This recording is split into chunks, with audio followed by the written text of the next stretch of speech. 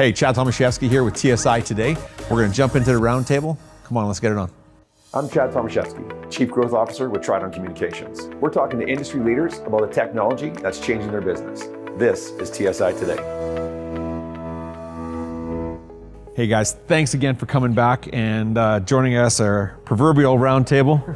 The rum barrel, whiskey barrel, wine barrel, I'm not sure what it is, but it's served its purpose for many a show now. Back in the studio, so happy to be here, someplace where there's not as many distractions. Talking about Moto today, Motorola and all the really cool technology they have and how they've evolved as an organization. And you know, Ken, I think you probably got the most tenure, the oak, as you said it, acorn, okay. And gotta start somewhere. Yeah, sure enough. And you know, if we think about where Moto started, so many years ago, with you know, land mobile radios on the analog side, and now it's evolved into this wonderful solution, you know, CapMax, and a lot of the stuff that you're working with right now, carriers like us, you know, making sure we're getting out there. Is there a next evolution for the LMR, do you see? Or is it, are we at the ceiling now? We just start adding other pieces, we get wider now, or do we continue to get taller? Well, it's a great question. I would say we're going to get probably a lot wider. I mean, we're going to, we've invested a lot in our video business over the last 5 years, and a lot of other businesses that are going to enable us to take our core, land mobile radio solution and really expand it, in a lot of different directions that meet all of our customers and various vertical markets needs in solving their problems. So I think the best is yet to come. Excellent. So there you heard it first. Ken Otter says there's no glass ceiling for Motorola. We're just going to skyrocket. That's right. Buy your stock now. That's right. That's right. But as we talk about it's technology becoming wider and wider, one of the really cool things we get to play with now is Safety Reimagined. And I really think it's not evolutionary, it's an absolute revolution inside of this space. What we're able to offer with that is incredible. We talked a little bit inside of our interview about some of the different techs that you're getting to play with on a regular basis inside there.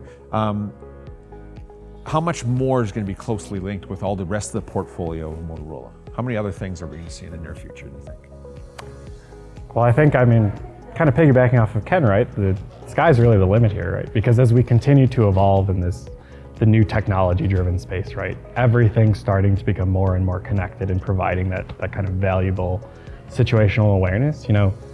What exists today and what we may think is kind of the future plan, that new piece of technology, that new piece of integration may not even exist yet, right? And so as we continue to evolve and think of all the different and dynamic ways that we can really address how safety is truly addressed, right, is going to just continue to evolve, right? One of our absolute core technologies now has become video solutions and being able to integrate all of those really, really important aspects of information and availability of whatever it is you can offer, right?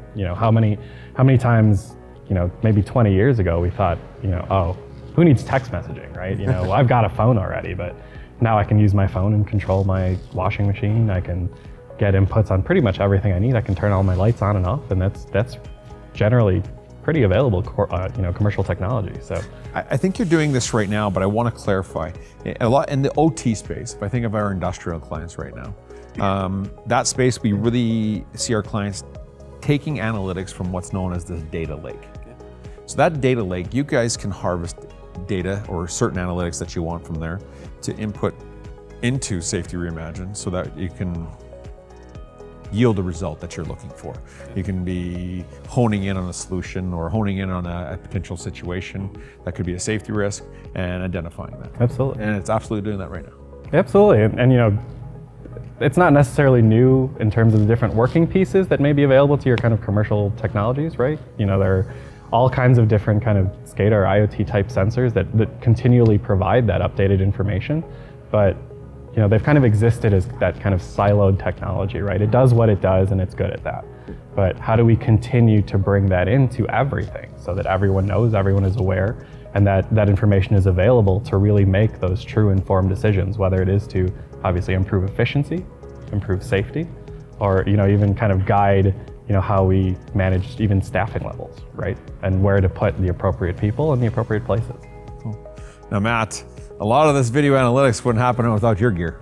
So, certainly a lot of change inside of your space, but I don't want to just pigeonhole Avigilon into a CCTV company because you're so much more than that. You have a great big access control play, and we're seeing you really, your biggest evolution, I think, in the last little while has been cloud, taking that video and your access control and going to the cloud with it. Can you talk to us a little bit about that solution? Well, that is the next step for us, is to go into the cloud. We acquired two companies 2 years ago almost, called OpenPath and Ava. They now got their new names, Alta. So the Avigilon Alta would include the cloud-based platforms for video and access control. So that would be the next big thing for us.